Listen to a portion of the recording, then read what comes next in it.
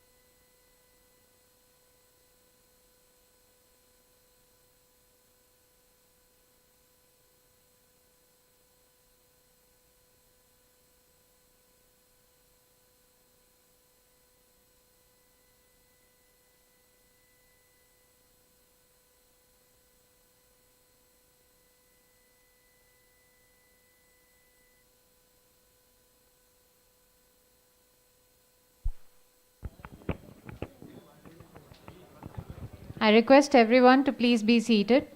The event will commence in a few more minutes. Thank you.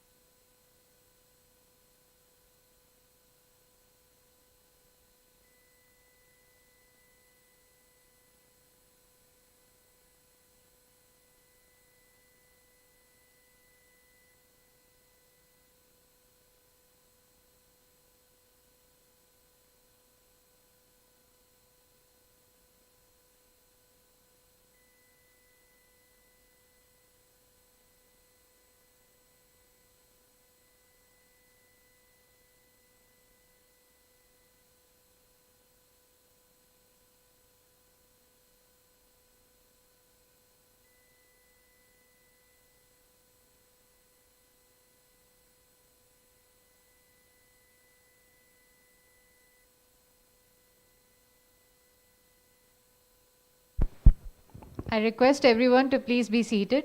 The event will commence in a few more minutes.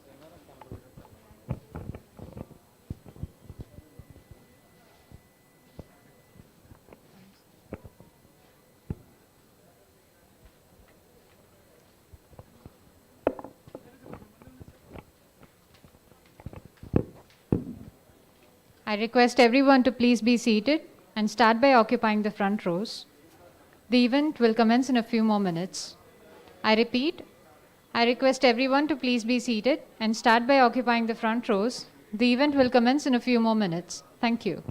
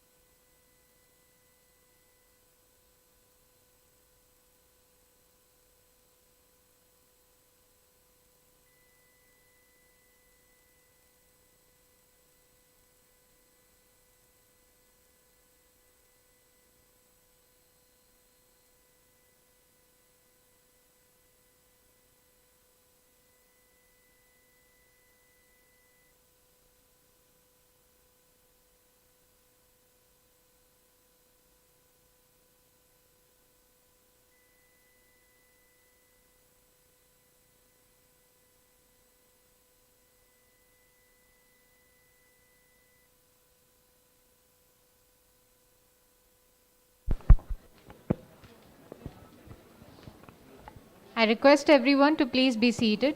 The program will commence soon. I repeat, I request everyone to please be seated. The program will commence soon. I also request everyone to mandatorily have their masks on. I repeat, I request everyone to mandatorily have their masks on. Thank you.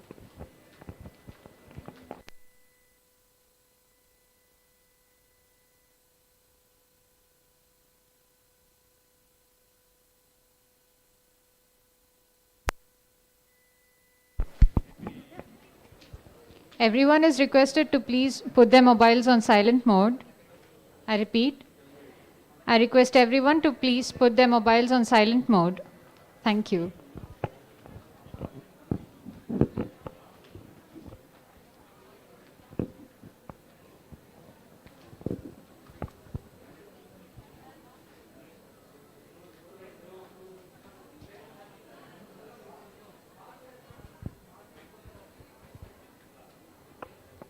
I request everyone to please occupy the front rows. I repeat, I request everyone to please occupy the front rows. Thank you.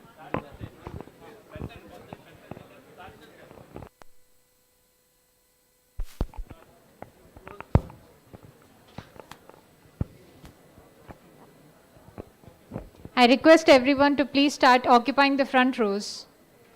I repeat, I request everyone to please start occupying the front rows. Thank you.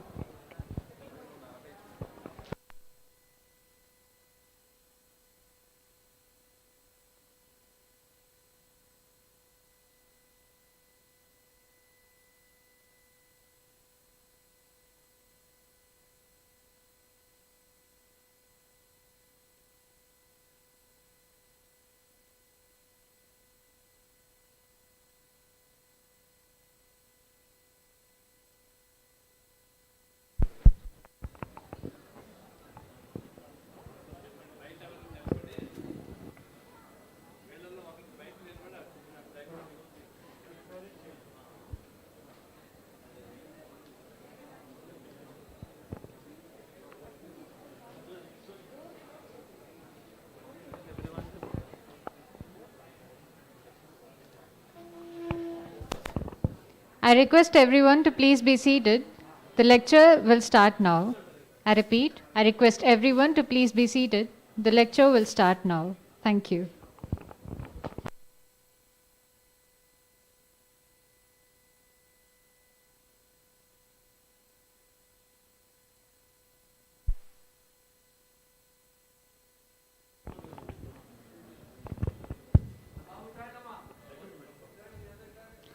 A very good evening to one and all. I am Bhavya. This evening we all are assembled here to celebrate 20 years of continuous human presence in the International Space Station.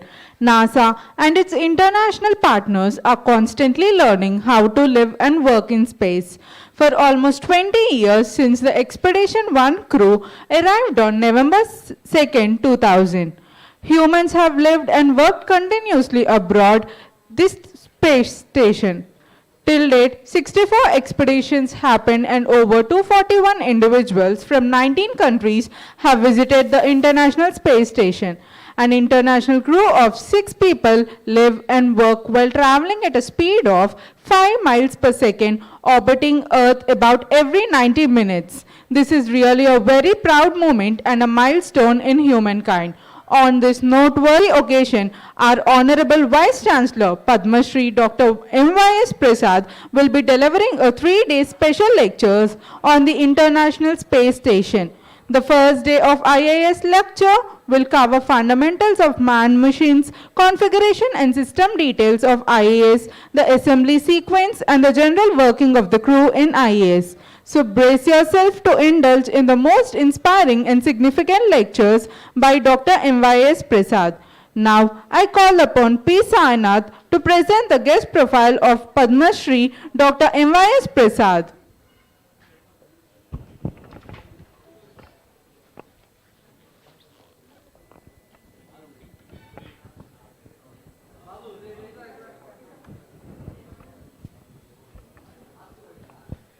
Indian Space Research Organization is the vainglory of our nation that taught us sky is our limit. It was established by Vikram Sarabhai under the Department of Atomic Energy in 1962. ISRO is the primary agency in India to perform tasks related to space-based applications, space explorations, and development of related technologies. And today, it is our immense pleasure to have an eminent personality like Dr. M.Y.S. Prasad, who worked for ISRO from 1975 to 2015 in different centers and units. He retired from government service in May 2015 as Distinguished Scientist and Director of Satish Dhawan Space Center, Sriharikota, ISRO. Forthwith, Dr. M.Y.S. Prasad took up the charge of Vice Chancellor, Vignan's Foundation for Science, Technology and Research from 1st of July 2017. Prior to that, he was the advisor to the university for 1 year. Dr. M.Y.S. Prasad had served various executive positions during his 40 years of tenure in ISRO. During his long experience in Indian Space Program, Dr. M.Y.S. Prasad steered various activities and programs. He worked as Deputy Project Director and Project Manager in ASLV and SLV-3 projects at Vikram Sarabhai Space Center, Trivandrum from 1975 to 1994. Later, as the Deputy Project Director, PSLV from 1997 to 1998. He even served as Associate Director, Satish Dhawan Space Center, SHAR, from 2008 to 2013, and as the Director, Satish Dhawan Space Center, SHAR, from 2013 to 15, and many more. He played a magnificent role in controlling all the launch vehicles from 2008 to 2015, and also created a number of new systems and processes in ISRO, which included new MCF at Bhopal, new mission control at SHAR. Dr. M.Y.S. Prasad represented ISRO and India in United Nations Committee on Peaceful Uses of Outer Space for 11 years from 1995 to 2006. He had more than 40 publications in various international and national journals. He received his PhD in the field of satellite communications from Birla Institute of Technology and Sciences. He was honored with the Government of India Civilian Award, Padma Shri, for the year 2014.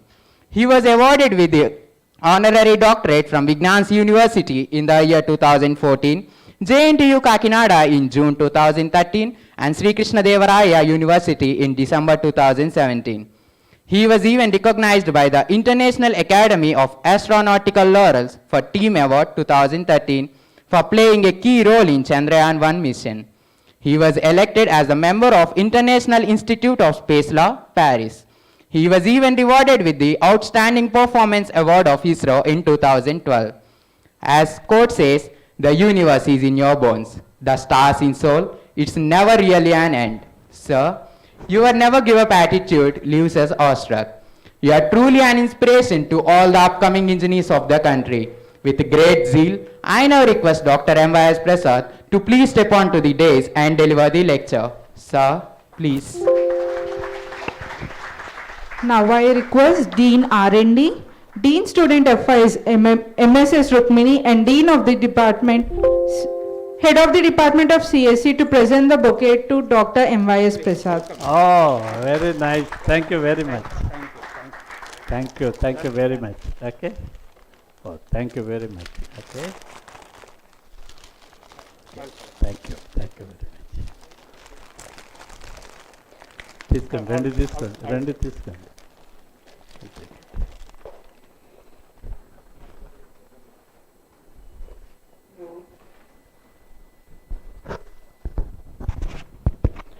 Thank you very much for that nice introduction. Dear friends,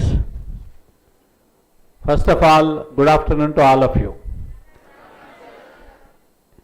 Deans, HODs, faculty, dear students, and a large number of participants who are listening to this lecture online across the country, from various parts of the country.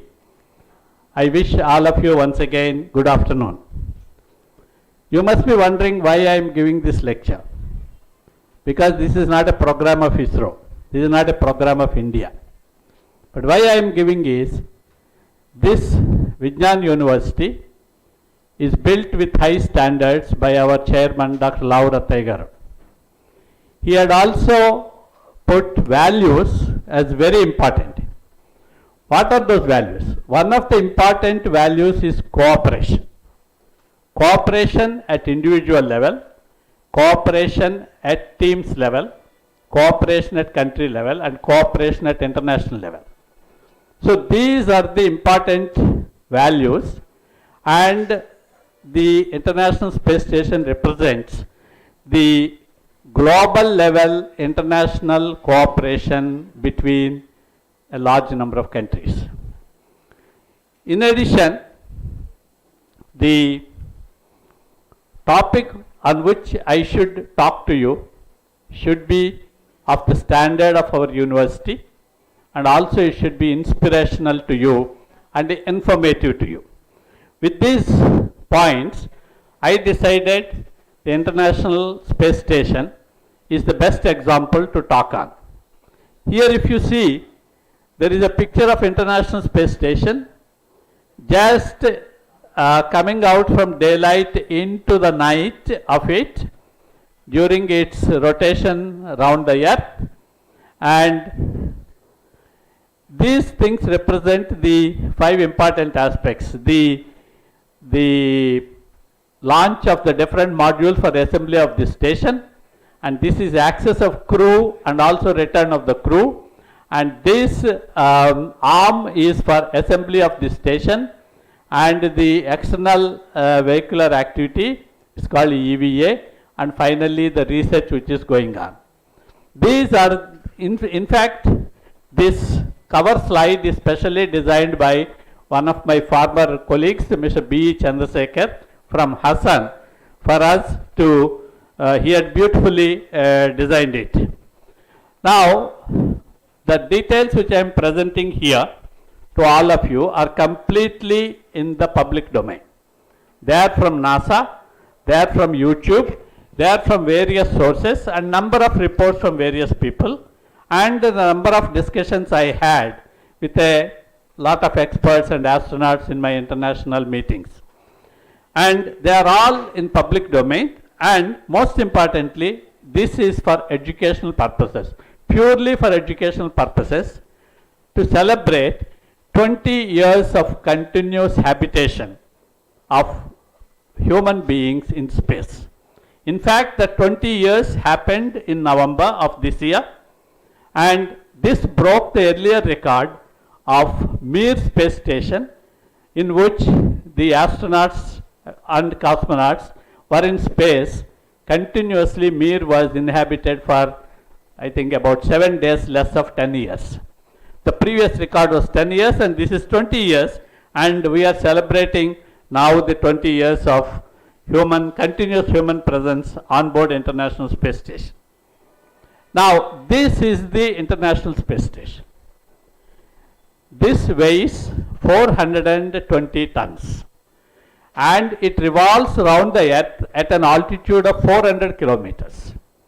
And when it revolves around the earth for 400 kilometers, it takes about roughly 93 minutes to complete one revolution. That means it goes around the earth for 15 to 16 times a day.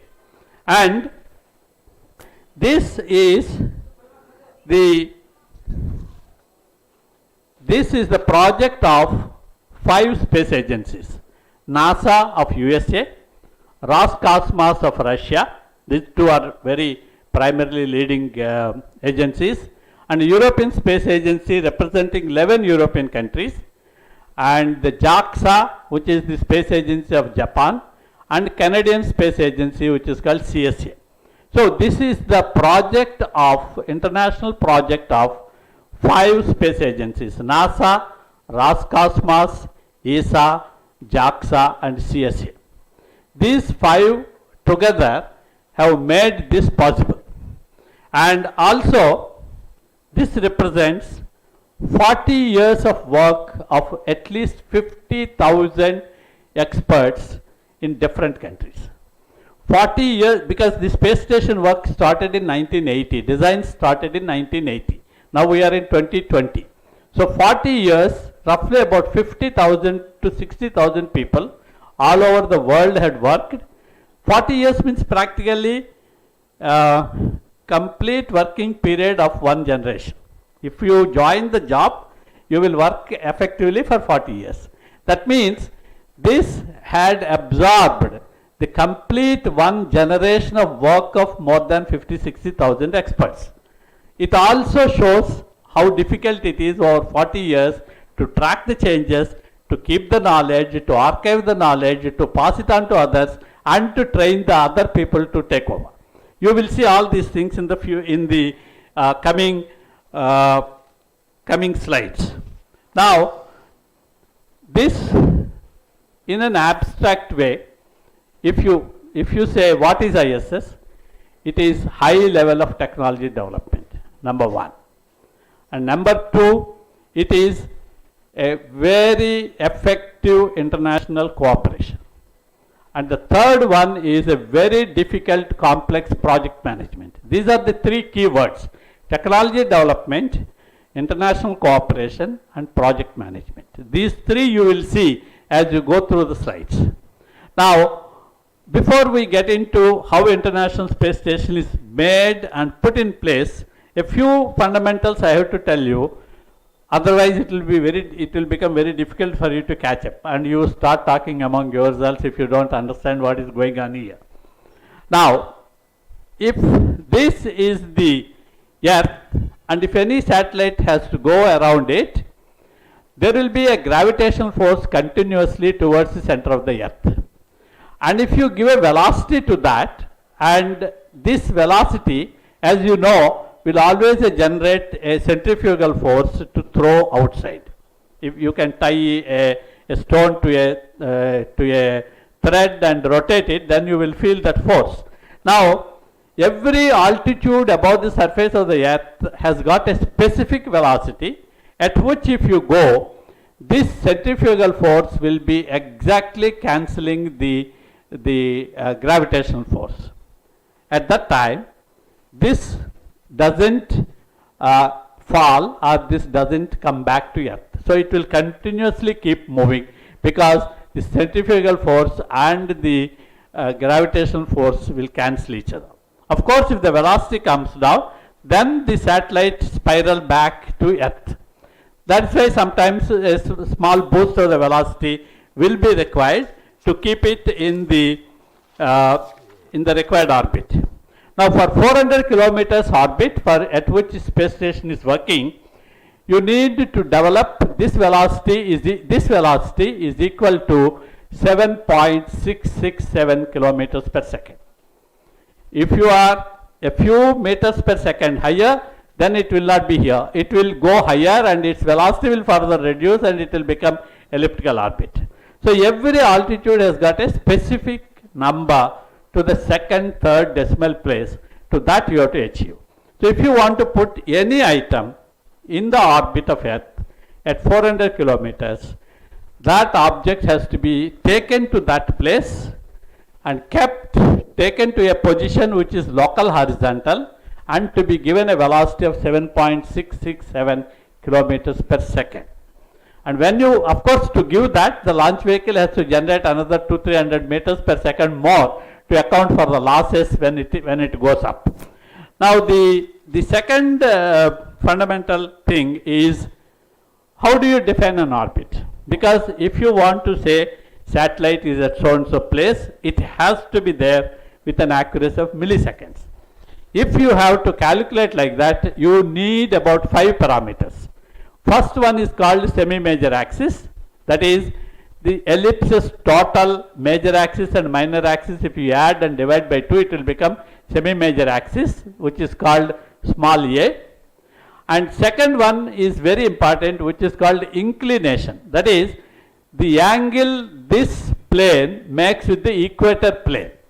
That angle is called inclination. This is very important because the inclination is decided by from where you launch, that means the latitude of the launch station, and the azimuth in which, that means the direction in which you launch your launch vehicle. Suppose if the launch vehicle, if it is going like, how do you say definition of the azimuth? Azimuth is defined from the true north.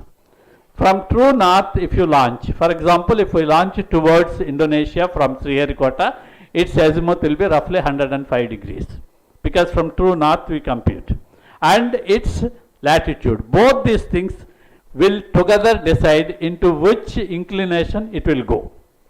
And third angle is called the argument of the right ascension of the ascending node. That is, when the satellite goes in this orbit, when it is crossing the equatorial orbit from south to north, this point makes an angle with a reference line. That angle is called the right ascension of ascending node. What is this line? This line is a reference line on March 21st. It's called vernal equinox. That much language you need not have to worry. It's on March 21st of every year. If you draw a line between center of the earth and center of the sun, that is called a reference line. And that reference line to this ascending node is called capital omega. And the another angle is from this point, when you come to perigee, that is the lowest distance from the earth, what is the angle? This angle. It is called the perigee, argument of perigee it's called. It's also another angle. And the very important thing is eccentricity. Eccentricity is how big is this ellipse. If eccentricity is 0, it will become circular orbit. Okay?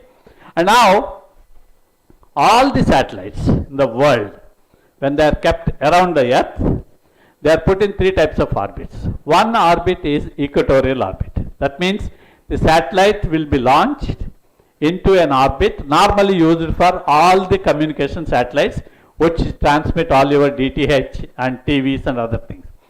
This is called, actually this is put exactly above the equator at a 35,786 kilometers with inclination 0 because it is in the same plane, and also eccentricity is 0 because it is circular.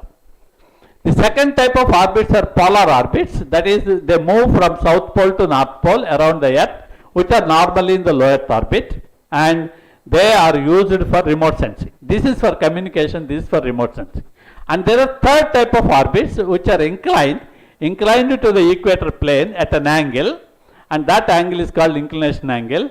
And normally till now in the world, all the space station is nothing but a station which revolves around the earth in which people can work. It's a flying laboratory. So the space stations of the world till now are all in the low earth orbits of the altitude of about 400 kilometers and inclined at some angle, normally between 25 to about 51 degrees. Now, what happens on the humans? Actually, in the human space missions, the weakest links are human beings. Because when you fly in an aircraft, you fly in the range of 8 to 9 kilometers of altitude above the earth. Then itself the cabin is sealed because outside pressure will be low and temperature will be low. Normally at the altitude at which you fly in the aircraft, the outside temperature will be around -5 to -8 degrees centigrade and the pressure will be low. But if you go up, if you go to 15 kilometers of altitude, then the pressure will be so low that the boiling point will be not be 100 degrees centigrade, it will be only 37 degrees centigrade. So everything starts boiling. Then if you go 19 kilometers above, air pressure is practically nil outside, and it will start affecting your body fluids because body is inside having pressure. And then above 25 kilometers, you definitely need a hermetically sealed cabin. Of course, there is one set of people who do not use this, that is the Air Force bomber pilots who fly around 25-30, but they wear a suit in which they are supplied all the pressure, air to breathe and other things, which you normally see in the films. That is why for all these space stations, the suit requirements and suit designs have come from the Air Force pilot suits. And above 120 kilometers, you will have a problem of meteor hits, and above 200 kilometers, weightlessness starts. What is weightlessness? Weightlessness means about 200 kilometers, if you take the people, normally below 200 kilometers, if you put anything, any satellite into orbit, it will start slowly coming down because the outside density is more and it starts giving the drag force. So anything, if you want to put it in orbit for a long time, you should go about 200 kilometers. So if you take the people to about 200 kilometers and stop the engines, from that time onwards, weightlessness starts. Weightlessness can be defined in two ways. As already I told you, the moment you go into an orbit with correct velocity, your centrifugal force and your gravity force cancel each other, so you are free flying body. Another way you can define, you can also draw a line at which you are a tangent, and if you calculate with the trigonometry, you can say if you reach 7.9 kilometers per second local horizontal, velocity, then you will, because of the gravity, you will start falling about 4.9 meters per second. 4.9 meters per second, and this at the same time in the 1 second you will also see the Earth's curvature that much falling. So if the people who are in the space station go out and start working, they feel as if they are continuously falling but falling nowhere, because the Earth also will be, Earth's surface also will be falling at the same rate. It's called continuous fall. These, anyway you can explain. Basically what it means is, in the space the conditions are not like on the surface of the Earth, and you start floating. And when you start floating, when you start working, what happens will be covered in the later sections. Now, there is also a, for the humans to survive in the space, you must maintain the equal balance of temperature, oxygen and pressure. This is very important. And sea level atmosphere, the best thing what the people found out is, it's better you put the space station with the same conditions as sea level atmosphere. That means same level of pressure, same level of combination of oxygen and nitrogen, and use that atmosphere and keep the people in their normal dress. That is the best way to maintain a space station. So if you are in space for a long time, what will happen is, as I told you, you start floating, because our legs will bear our weight, because we trained them right from the beginning how they should take the load. But once you are in the space, it will not be. So you start, your bones start weakening, your muscle atrophy happens, cardiovascular rhythm will start changing, and the blood started flowing more to the head. And in fact, one of the recent findings, not recent, okay, a few decades back finding is, even your spinal cord will expand by about 3%. So what happens is, in the space when you are floating, a relaxed body position is not like this. Relaxed body position will be like this. A human being will be like this always in the space. You will see when you see the videos of the astronauts. This is very important. You should see relaxed position or neutral position. Neutral position of a human being in the space is not vertical, because of the mass distribution on the body and the adjustments to the microgravity. It will be like this. Okay. Now one important thing is, what do the people need there? Because this is very important, because here we go, take the tap, open the tap, take the water, or open the bottle and take the water and eat food, whatever we want. But what do you need there? The people need a minimum of 3 to 3.5 kg of water for drinking, food and water in the food. Means in some of the foods or some of the vegetables you will find water. So these three things put together is 3.5 kg water per day per astronaut. But if you take hygiene and washing, this is important. If you take hygiene and washing, every astronaut needs 25 kg of water, 25 liters of water per day, because that is the large requirement. And then what do the people do? They breathe in about 0.84 kg of oxygen. 0.84 kg of oxygen is required per person per day. And they exhale 1 kg of carbon dioxide. These are the important things which we must understand to keep the astronauts safe and maintain their health. First of all, if you take a person and put him in the space and not provide all these things, it is going to be out. Your mission is going to be out. That is not your aim. So you have to sustain them. To sustain them, you have to take them. And as I already told you, you have to keep the cabin pressurized. When you keep the cabin pressurized, same as the sea level pressure, all of you must be knowing, 101.3 kPa, or if you like to talk in terms of KSC, 1 KSC, 1 bar we say, or 14.7 psi. and its composition is 21% oxygen, 78% nitrogen, and all other trace gases will be about 0.5%. The most important of this is carbon dioxide.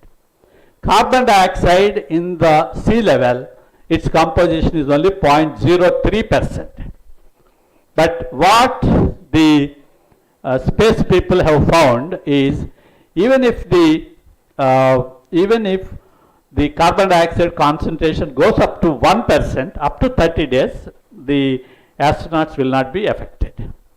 But if it goes to 2%, after 30 days, they become very, very fatigued, and they cannot work, and they get constant headaches, and they will not be effective. So the carbon dioxide must be removed continuously. That means if there are 6 people in the space station, every day they will give out 6 kg of carbon dioxide, which has to be removed continuously. That's what it means. And there is one more thing. When you put the ceiling, the cabin sealed at 1 atmosphere pressure, and if the people have to go out and do extravehicular activity, that means go out and start doing in the space some work, which is essential for a space station like this, because it has to be assembled in space. So then what happens is, if at the suit what they wear, if it is at the sea level pressure, it will be very rigid. You can't bend your hand, you can't take anything, it will be very rigid. So you have to keep at a very low pressure. So roughly about 0.3 atmosphere it is put, about 30 kilopascals, or some Russian ones are at 40 kilopascals. I mean, Russian and US are at 30 kilopascal or 40 kilopascal compared to what it is in the cabin. Now, when these astronauts have to go out, they have to wear the suit and adjust their pressure to about 30 kilopascals, which is 0.3 atmospheric pressure, and go out. This change from sea level pressure to low pressure is a big challenge every designer has to take care. Because if you have to be flexible enough, you have to be having low pressure. And you can't use the same sea level pressure. But if you use that, what happens is, inside the body, you are already, you have a lot of nitrogen, which you have inhaled. That nitrogen at a low pressure start bubbling from the blood, from the tissues, from everything, and it starts even affecting, and sometimes even the veins will break, and it will be fatal. So to avoid that, what they do is, if an astronaut has to go outside the space and work, he has to first be separated, and in that place he has to breathe in continuously oxygen for some time, pure oxygen, not oxygen nitrogen mix like the normal air what we are doing. 100% oxygen he has to breathe in, and breathe out the nitrogen with every breathe out for maybe 4, 5 or 6 hours. I mean, it depends upon the type of activity, how long he has to work and other things. Then they will be sent out. So this is called decompression phenomena. So to avoid decompression, you must have the pre-breathing, and this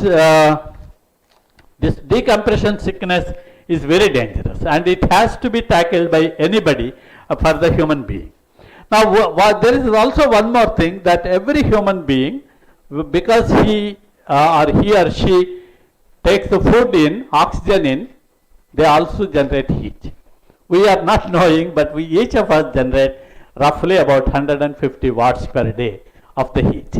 That heat has to be removed there, because they are separately in a sealed cabin. Here atmosphere runs, and there will be convection, there will be radiation, there will be conduction, everything will be there, so the heat goes. But there you have to remove the heat. This is another important point. These are a few fundamentals which you must know before we get into the task of what it means. Why I am saying all this is, only when you know these things, you will understand how difficult it is to take an element, go to the orbit at the required altitude, put it in the orbit, and start operating on it. Okay? Now this is the International Space Station. Now we will come to International Space Station and its configuration. Now this work started in 1980. 1980 onwards, about 10 years, the US was working on space station after they after they started launching space shuttles. Design work of space shuttle is over. So they started working on the International Space Station, but mostly it remained on paper. And in 1993, they got a great opportunity to work with USSR, former USSR, because USSR got into the financial troubles and getting disintegrated. Then the USA thought that they can bring in Russia into the project. Russians had already got excellent experience on space stations because they built Salyut and they built Mir and they are designed already Mir 2 and they are about to go for a big space station. US wanted to capitalize on that. So this configuration evolved. It evolved after the discussions between Russians and US in 1994. But it took up to 1998 for the other partners like ESA, JAXA and the Canadian Space Agency to accept Russians as partners in this project. So finally, in 1998, the agreement was signed. And in this agreement, after the agreement is signed, this configuration is finalized. Two important points on this you should note on the configuration is, this side is called Russian Orbital Segment, ROS. This part is called US Orbital Segment. And to the US Orbital Segment, ESA and JAXA elements get hitched on. And this is also US. This whole beam and the power generation is also belongs to US. Whereas this portion, Russian portion, uses its own power, but also it uses this power. So basically, even though they have arrived at an agreement to combinedly work on this space station, it had taken them quite some time to agree on the configuration, but basically it was on the strength of Russian designs. Now, these are the technical specifications of the International Space Station as it is today. Its mass is 400 and, as I told you, 417 it shows, but 419 tons. A few tons, this is that way it changes, whether when you have added propellant or whether you have given water to the people or whether you have taken some food to the astronauts and other things. So, 419 tons. Integrated truss structure is 109 meters. That is, this truss structure length is 109 meters. And 109 meters means 300 feet. Okay? And this solar panel length from this end to this end is 73 meters. And this length is 50 meters. This end to this end is 50 meters. So this is 50 meter, this is 73 meter, this is 109 meter, and it contains 87 modules interconnected, flying as a single rigid body, generating something like 125 kilowatts of power. And then it is, most important thing is it works at 407 kilometers altitude above the earth. It orbits the earth at an inclination of 51.6 degrees. Why this 51.6 degrees is, normally whatever US does, from the US if it launches, its launch location is very near to 25 degrees latitude. So it will get normally 28 degrees the inclination. Whereas the Russian cosmodrome, which is in Kazakhstan, which is called Baikonur, is at a latitude of 45.6 degrees north. So from 45.6 degrees north, if you launch at an azimuth, avoiding things falling on the inhabited places, you will get 51.6 degrees. So this is the conditions Russians have put, because their technology is available on hand. They have the systems on hand. They have the experience. They said, if you want, you take this. So US and others had to take it. Mainly US had to take it. What is its implication? Because if US launches its space shuttle and it goes into its normal inclination, it can put 25 tons into orbit. But if it has to go into 51.6 degrees, same space shuttle can take only 20 tons, 5 tons less.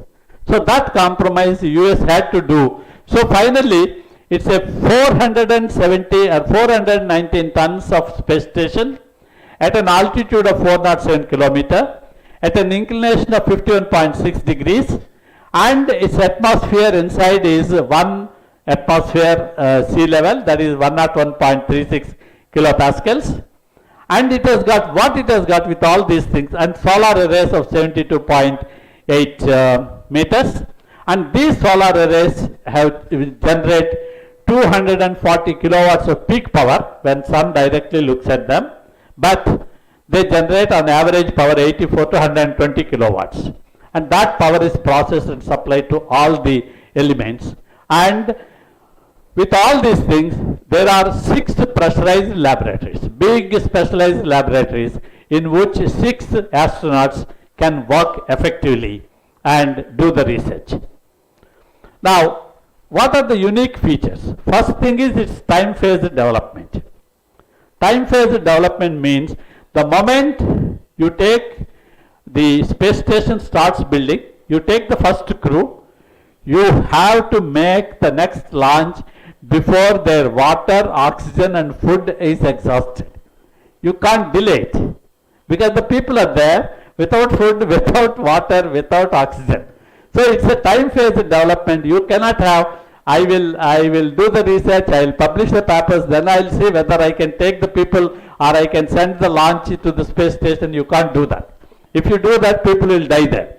Okay? So it's a time phase development.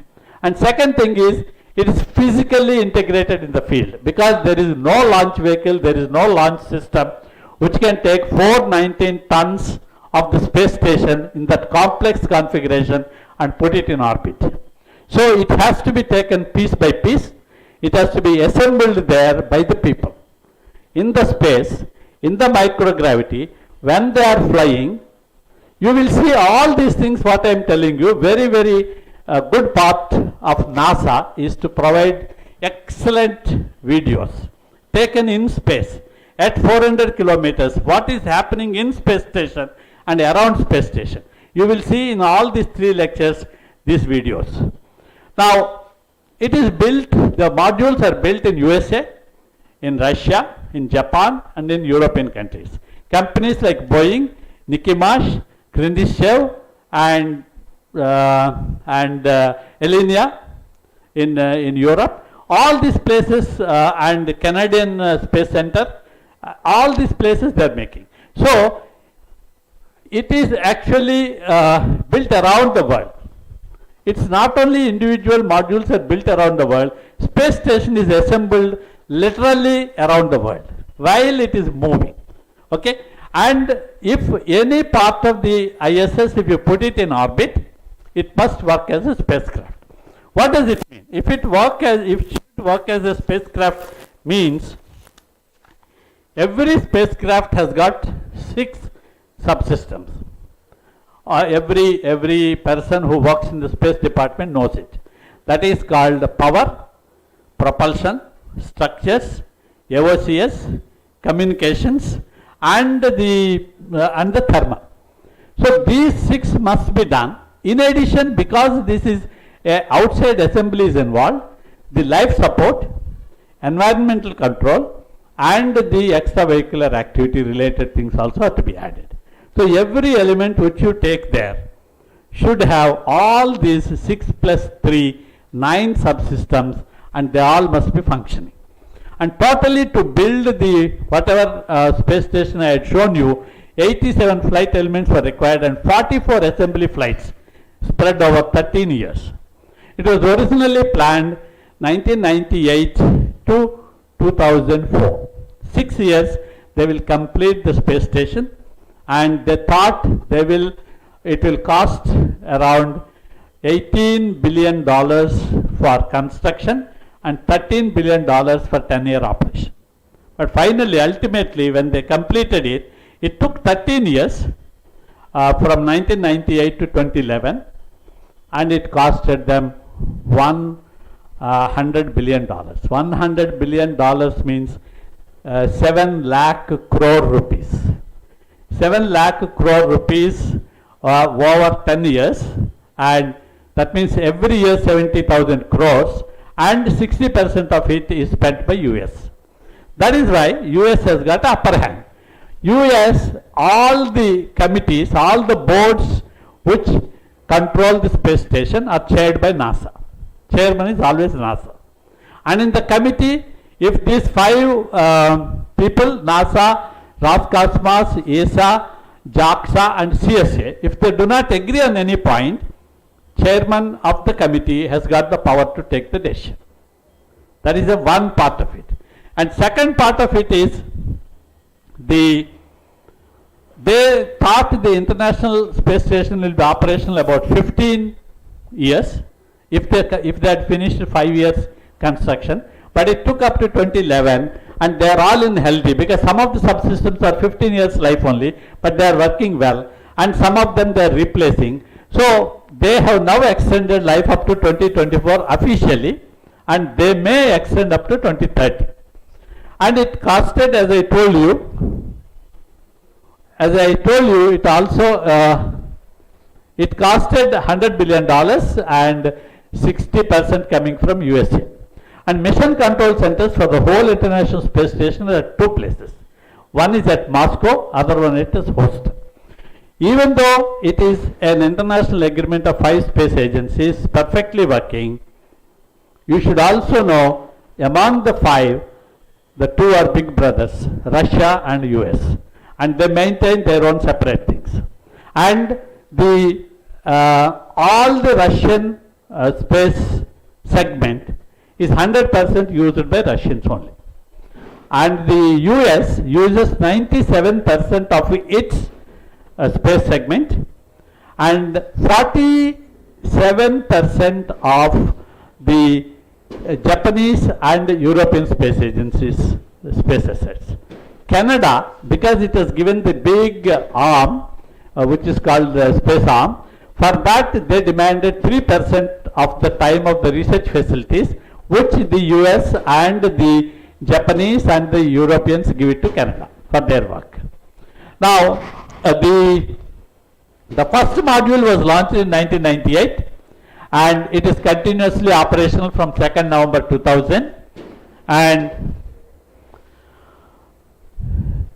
if you see, ISS has got 2 bathrooms and a gym facility and a 360 degrees observation bay, and 2 Soyuz spacecraft, each can take 3 people down to Earth in case of any emergency, are always connected to space station. So in case there is an emergency, the 6 astronauts, 3 each can get into the Soyuz, separate it and start back to the Earth. Now this is the exploded view of the ISS.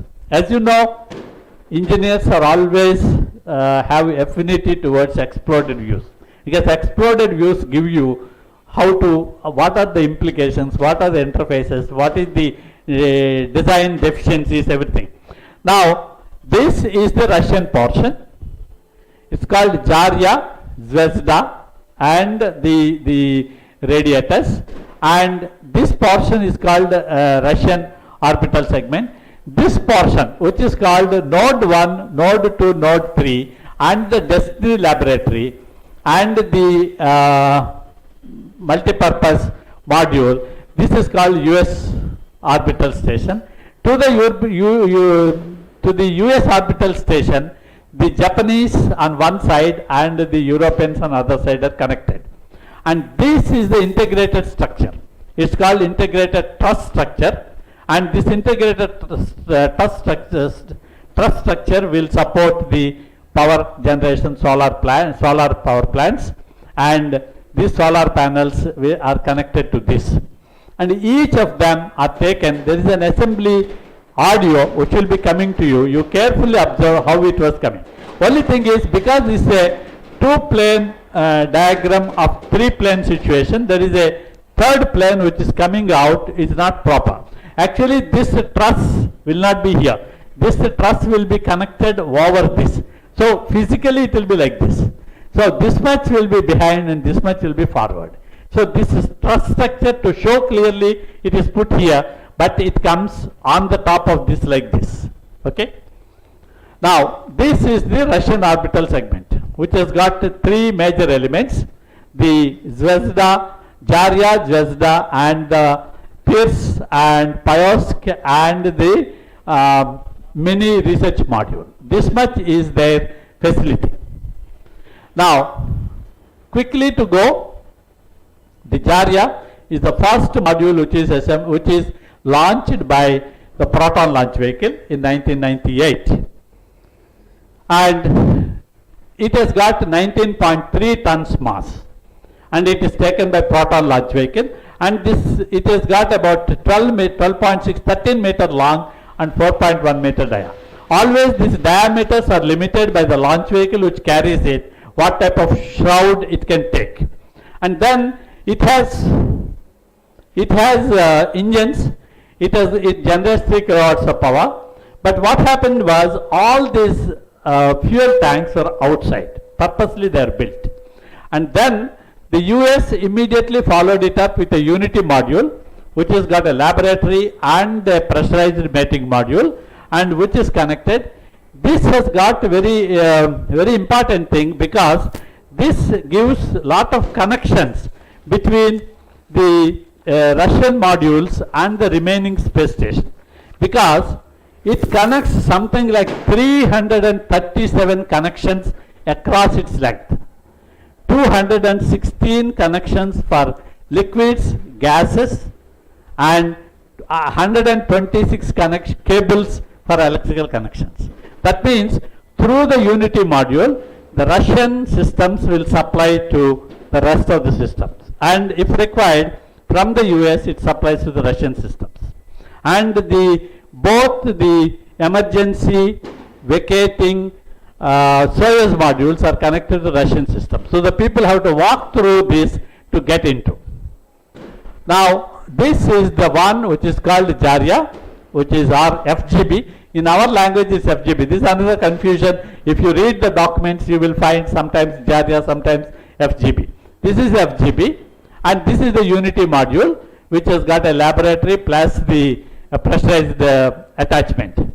And now immediately after that, another satellite which is weighing about 15 tons, but launched by again Proton from Russia. It is 13 meter long, it is 25 tons at liftoff. A Proton only can do this size, okay, to this inclination.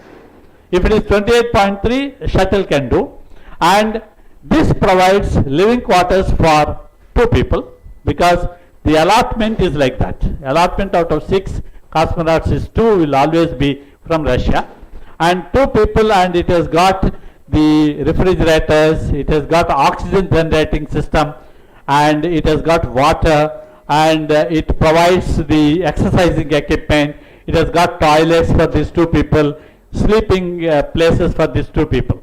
So once this is connected, all the engines of Zarya were disconnected, and it cannot operate, and it will only, Zarya will work as this is Zvezda, and this is Zarya, and this is Unity module. Earlier this had come into orbit, then this is connected, then this is connected. Once this is connected, this is used only as the supply or storage of the propellant, oxygen, water, and other gases. So whenever things come, they get attached to this, and through these connections everything they fill up here. And this is basically the Russian segment. Now the Destiny Lab of US, it has arrived, it is made of aluminum. It's about 15 tons mass, and there are 18 payload racks. It went with 5, and another 13 are added, and they concentrate on the all experiments and science, because power is separately coming as ITS. Now this is the lab. Actually, because everything floats in the space, the racks can be assembled wherever you want. You can see on the top rack is there. Inside here the equipments are there. Here also racks are there. Here equipments are there. So So all these things are racks with equipments where you can work on the ceiling, you can work on the floor, you can work towards the walls. There is nothing like you have to work only like this, like on the earth. That is the advantage. And now the Russian side has also connected Pierce docking system. This is again about 4-ton mass, but basically it provides space for putting the suits, putting on the suits and going out to work. Of course, before going out, you have to pressurize it about 40 kilopascals, and you have to do the pre-breathing and then go out and work.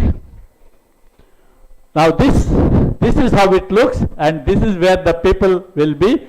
It will be attached to that, and if they have to do for spacewalk, they have to come here, close here, do the pre-breathing of pure oxygen for about 4 to 5 hours, then open this hatch, go out, and then work in the space.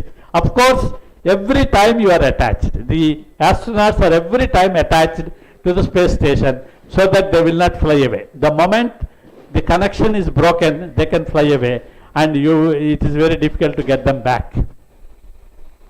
All these things you will see in the videos. Now the multipurpose laboratory module also is added. Now this is a very important thing. This is the Canadian contribution. They are experts in the arms because they have supplied the robotic arm on the space shuttle. So it has got 3 elements. One is this, which is called mobile service base. It moves on the rails of the integrated truss structure from one end to other end. 100 meters it moves, and it has got 17-meter long arm with 7 degrees of freedom, which can take, of course, 125 tons it can lift and take. And there is another one which is 3.5 meter with 2 arms which can hold anything and then keep it wherever you want. Okay, this can be operated from ground, this can be operated from inside the space station remotely, and this can be operated by the astronauts who go out and stand on this. If you want to see here in this picture, this is the animation, sorry, and in this you can see a shuttle approaching, so that this will go and takes this out. But I will show you another one. Here you can see at the end of this is actual picture. At the end of the arm, a person is standing, astronaut is standing in his spacesuit and trying to take the things. Now this is the Quest airlock of US orbital section, through which again similar way from the Russian Pierce and Pyosk, only astronauts can go out with the Russian spacesuit. But from the Quest system of USA, either you can wear the Russian spacesuit or US spacesuit and go out and work. And now this is the Columbus module made by European countries together, and this is carried out and this is taken on the space shuttle, and then the arm, actually this doesn't dock, some of them docks. All Russian things when they go, they dock there, or if it's space shuttle it goes and docks, but all other things cannot dock. So it has taken as a cargo in the space shuttle, and the arm takes it out and puts it wherever it is required, and then people go and tighten the nuts and bolts and whatever required, or take it out and put it in some other place. Now this is Columbus this is the this is the one part of this is US lab Destiny. To the end of it there is a node, and to that node one side is the Columbus European lab and the other side is Japanese lab and the Japanese external facility. This is the biggest facility of the Japan, and Japanese facility is a very big one, about 15 tons when it is empty, and total 23 racks can be assembled. And now this is the one which you can show this. Now there is another one which is called Cupola, which is built by Italy, ESA's contribution. A astronaut can float in the middle of it, and all through the windows he can see what is happening, either some docking or some experiment or extravehicular activity, everything he can see. Now we will quickly go to computers.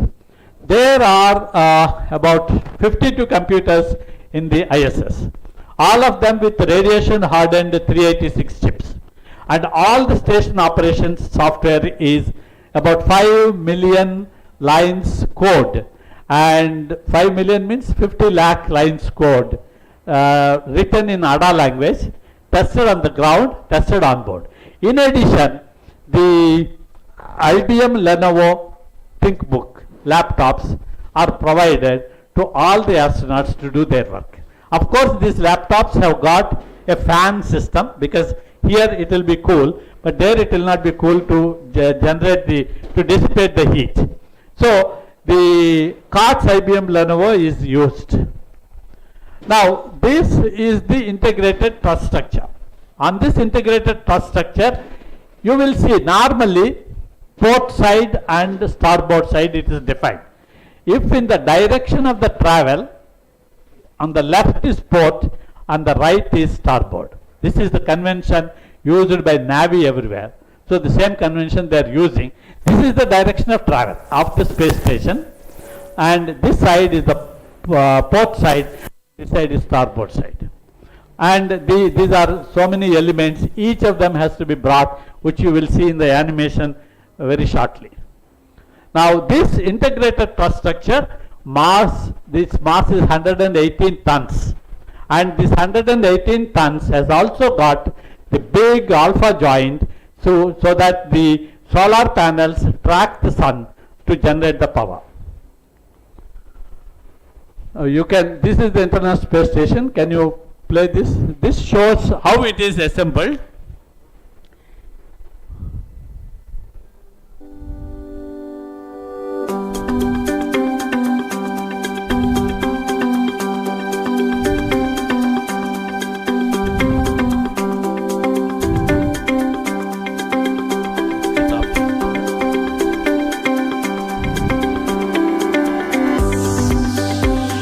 One interesting thing you will see here is a part of the solar panels is brought beforehand and assembled at the third launch itself. Afterwards it will be relocated to one end, you will see.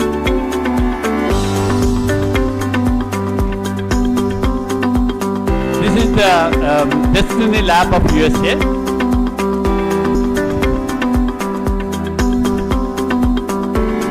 This is the thrust airlock which I told you, from which you can do, astronauts can do EVS. And now the integrated truss structure, as I told you, it is sitting on this. It started building up, and the solar panels will come here.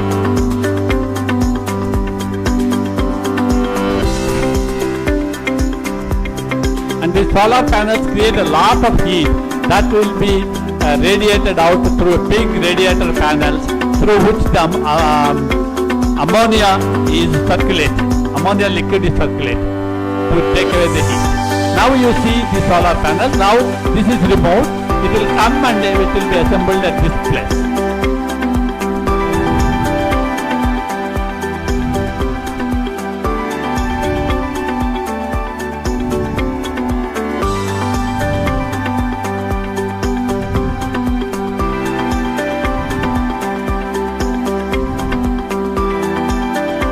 Now this Columbus is being assembled.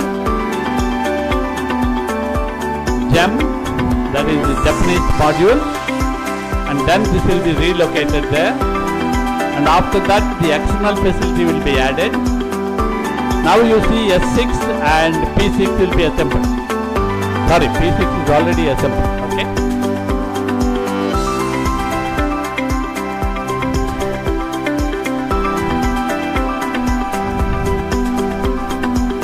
The last one to be assembled is here. It's called the alpha magnetic spectrometer, which is the one which will detect the dark matter in the universe. You will see here timeline also. It is passing as it is done.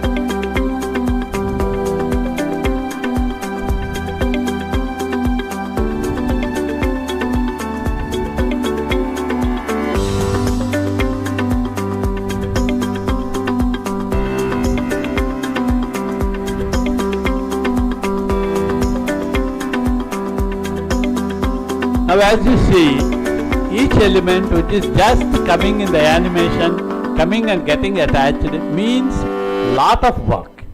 It has to be built on the ground. It has to be tested on the ground. Wait. It has to be tested on, no, go back. Okay, keep it there, okay? Keep it at the end. Okay, it has to be tested on the ground. It has to be launched by big launch vehicles, which can take 19 to 20 to 25 tons to space. It has to dock to the existing system, and the astronauts have to go out, walk, and assemble the system, attach it, again test it for the leaks or test it for the electrical continuities, and they should not do any mistakes.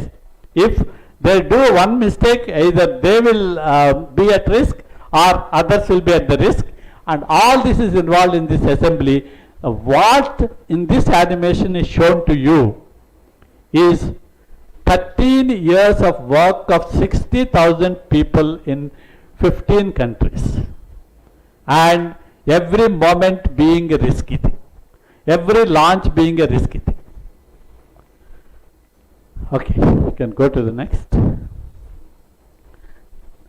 Now, this is what I told you. This portion which will be at this end was initially brought and assembled here, then disconnected here, all in space. And this is folded back, and this is disconnected, taken and connected at this end, and again deployed. That is the complexity of this station. Now you will, this is the space station. How inside the astronaut will do work, you will see now. You will see Sunita Williams, whom we call Indian, but she says she is Sunny Williams. I'm up here on the using International Space Station. So this is Node 2. This is a really cool module. Of course, most of these modules you'll see they have 4 sides, and they're put together. That way we could sort of work on a flat plane, either a wall, a floor, another wall, or the ceiling. But you know, again, all you have to do is turn yourself and your reference changes. The reason I'm bringing that up is because this is where 4 out of 6 of us sleep. And so people always ask about sleeping in space. Do you lie down? Are you in a bed? Not really, because it doesn't matter. You don't really have the sensation of lying down. You just sit in your sleeping bag. So here's one sleep station right here. I'm going in right now. You can follow me if you want. So I'm inside. It's sort of like a little phone booth, but it's pretty comfy. I've got a sleeping bag right here that we sleep in, so we don't have sort of like a little bit of a cover. We don't fly all over the place.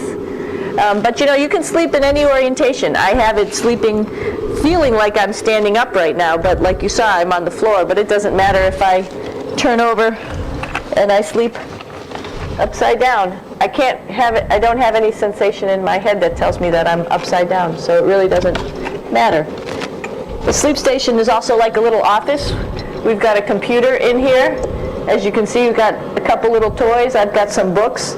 I've got some clothes and other things that make it sort of like home. I'm coming out.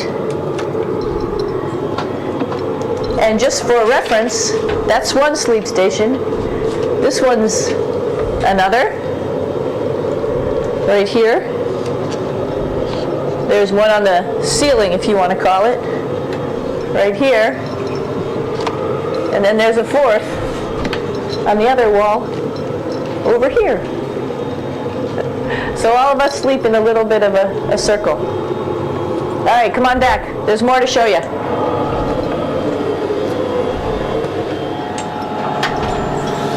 I know that there's some questions about how to use the bathroom and how do you actually live in space like normal, like at home. I mentioned real quickly about getting up in the morning and brushing your teeth and washing your face.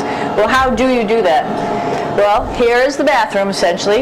You get up in the morning and we have a little kit, and it has all the essential things that you need, like your toothbrush and toothpaste and brush. See how much better the brush makes my hair look? I'm just joking. It still stands up straight. It doesn't matter where you are. It's always going to stand up straight while you're up in space. A lot of people ask about toothbrush and toothpaste. So, luckily enough, toothpaste, you can do it upside right this way, is sticky, and so it sticks to your toothbrush, no problem. Another cool thing is that water sticks to your toothbrush too. If you can see it, I'll have some water come out. The water is pretty neat up in space. It'll stick to your toothbrush, and it will make a big bubble,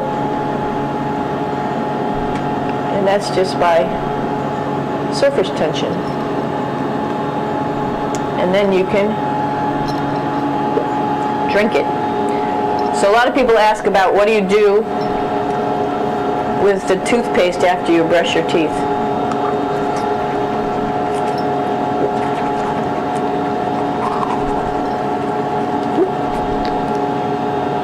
Two options. Swallow it, and it's sort of like mouthwash, but it tastes a little gross. Or you can just spit it out in a paper towel, and then you don't have to worry about it. Swallowing thing I wouldn't recommend at home. I'm only up here for 4 months, so it's not that bad.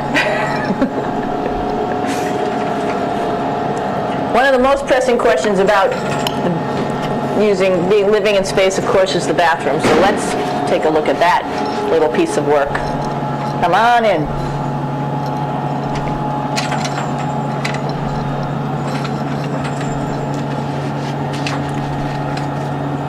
Here we are at the throne. This is awesome. You might see the little, you might have noticed the little moon on the outside. This is our orbital outhouse right here.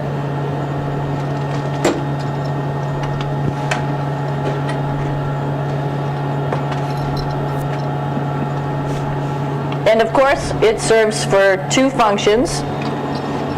Number 2, right here. I'll show you.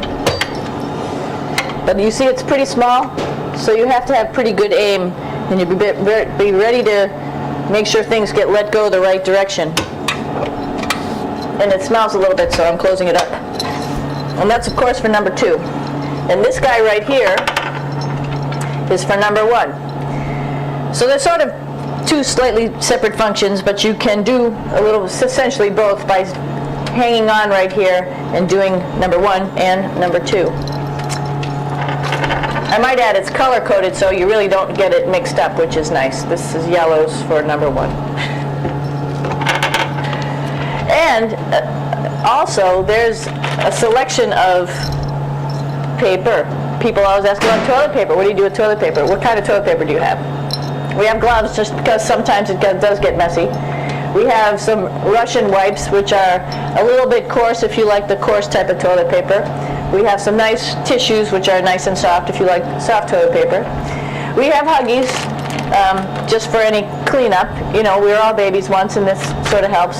And then if things get really out of control, we have disinfectant wipes, just to make sure we clean up here. Because, you know, just like the water I showed you, the number 1 stuff can sort of go all over the place if you don't aim correctly. And did I mention both of these have a little bit of suction, so they should keep things going in the right direction.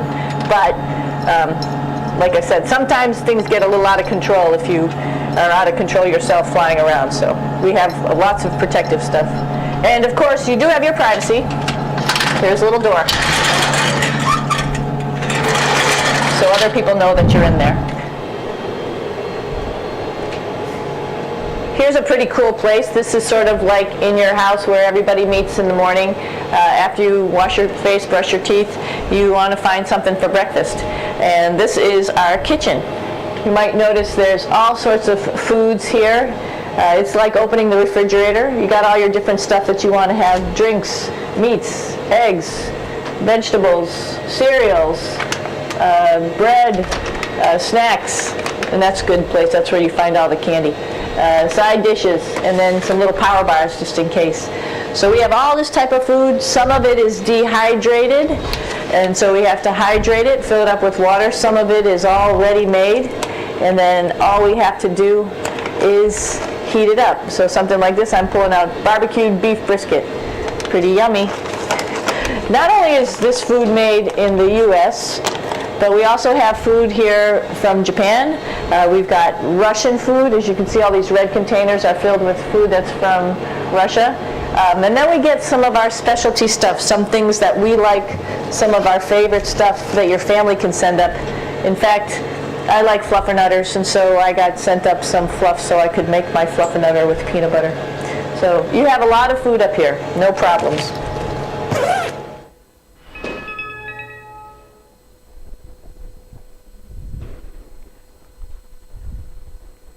Now, this is the International Space Station. I repeat, as I told you, I don't normally repeat, but seeing all the faculty who repeat, I am repeating. 420 tons of space station, built in orbit, over 13 years, rotating around the Earth at 15 or 16 orbits per day at an altitude of 400 kilometers, and with 6 astronauts continuously staying, and the astronauts started staying in 2002 onwards, from 2000 onwards. It's now 20 years. Initially it was 2 astronauts, and later it is increased to 3, then later it is increased to 6. Now 6 astronauts from 2009 onwards continuously staying, and they do their functions, they work, and they do lot of research, and then all that results are available to us on the ground. This is what is the International Space Station. You have now heard part 1 of it. What is its configuration? What does it consist of? How does it work? Now, in the next 2 lectures, I will show you what type of launch vehicles and what type of launches are required to take this and make this assembly. And also, afterwards, in the part 3, the crew, how they are trained on the ground, how they work and what do they work, what type of research. In the second part and third part, you will see more videos, all from NASA and other space agencies, of things happening at 400 kilometers away from the surface of the Earth, in day in and day out. Okay? And this is the great International Space Station, with 3 keywords which I told you: technology development, international cooperation, and complex project management. Now, I really specially thank NASA and YouTube for all these details, and lot of reading. Actually, my reading of over 30 years I put together in these 3 lectures, utilizing the lockdown period to reread and refresh myself. And Mr. Ravindranath, one of my former colleagues, who was the former chief librarian in many ISRO centers, provided me a large number of valuable references. And my another former colleague, Mr. B. Chandrasekhar, who is working in Master Control Facility Hassan, had designed all these special slides and selected the videos which will be appropriate. I told him only 2 things. It should be very good for people who do not know about the space systems, and it should be educative for the space professionals, both. And he has selected all of them and sent. I really thank them, and also Vignan team for providing all the support and making these lectures happen. And if you come and listen to tomorrow and day after tomorrow, with these 3 lectures, you will get a first cut idea about International Space Station and what is achieved by these 5 space agencies in the last 20 years. Thank you.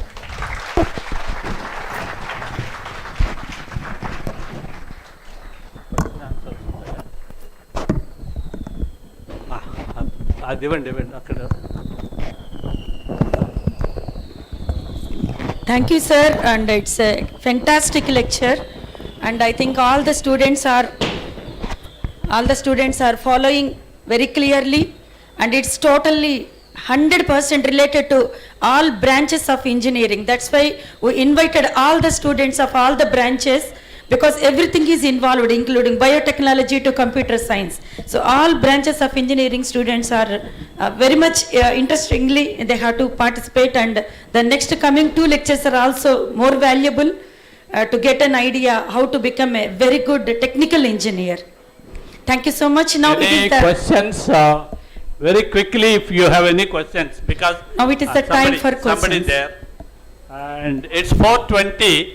Your buses will start what time? 5 o'clock. So up to 4:45, 20 minutes we can have question answers. Tomorrow I'll try to control the time and close it at 4:30. Okay.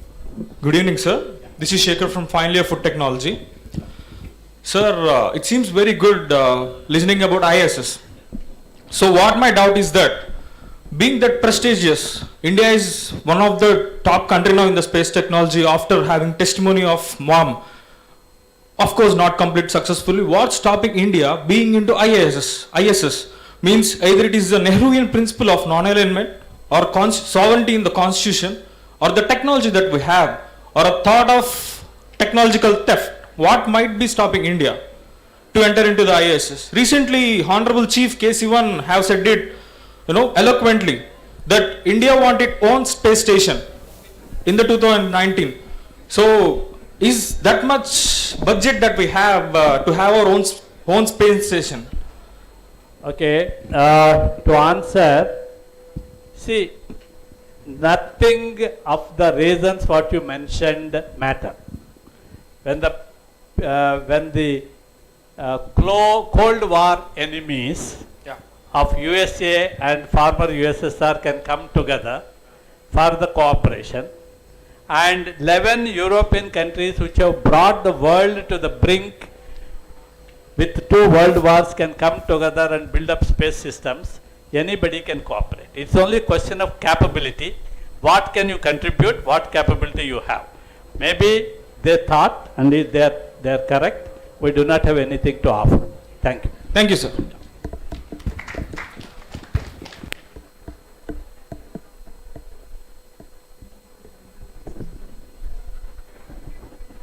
You can ask questions, don't hesitate, because every question looks silly only. Okay, I myself asked many silly questions.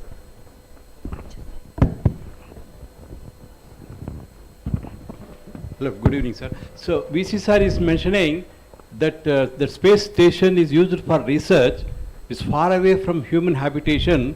What type of research do they use, particularly other than the communication development? If the communication development, why not we do at the ground level? Why it has to be done at the space level? Yeah, right. You come, if you are free, you come and attend the 3rd lecture. There are videos on the what type of research is being done, different type of experiments of doing certain things at near 0 Kelvin temperature, and on the plant growths, and on the biotechnology, and also on the human medical experiments. There are number of fields which I have not covered here, which will be coming in the 3rd lecture along with the crew and crew activities. Okay.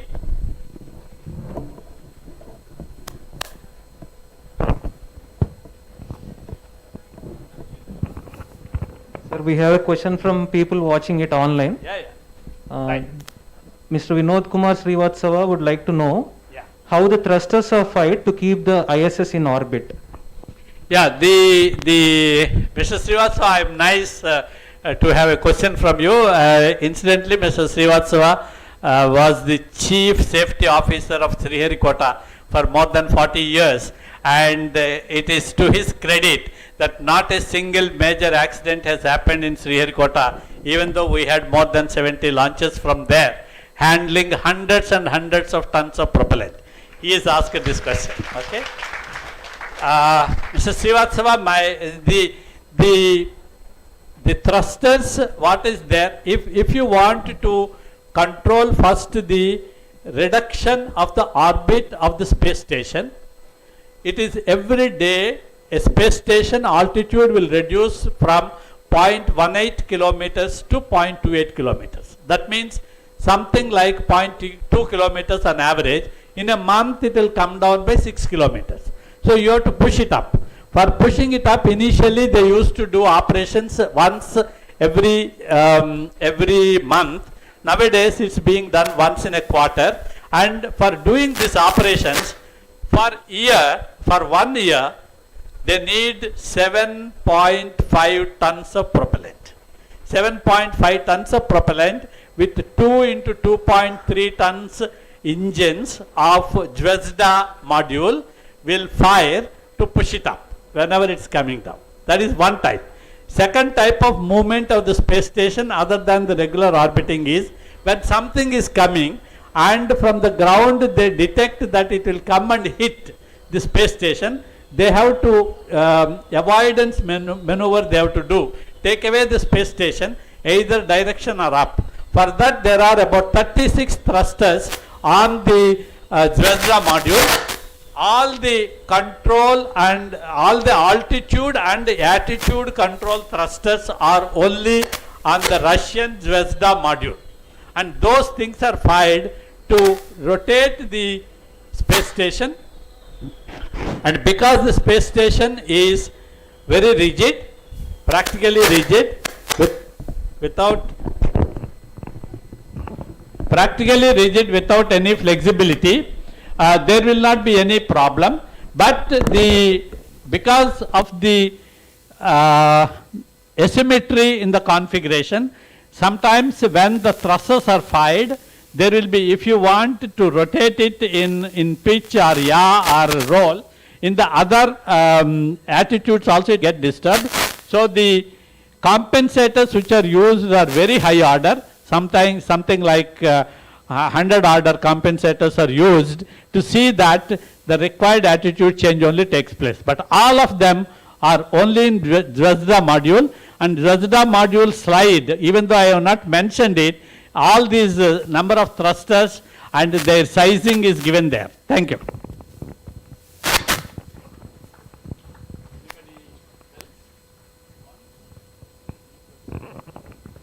Anybody from the students? You don't have a question even on Sunny Williams' life of living there? Okay. Right. If there are no questions, we will conclude this session. Thank you very much. You want to conclude or what?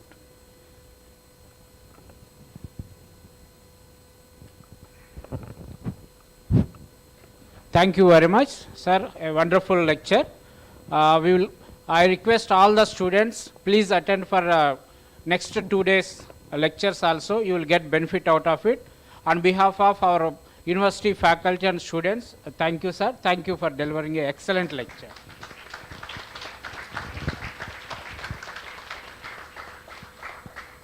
And tell your friends also to listen these lectures either through online or by coming here, because it will be useful to them. And I am very sure they will not get this type of lecture anywhere else in the nearby area. Thank you. Thank you, all of you.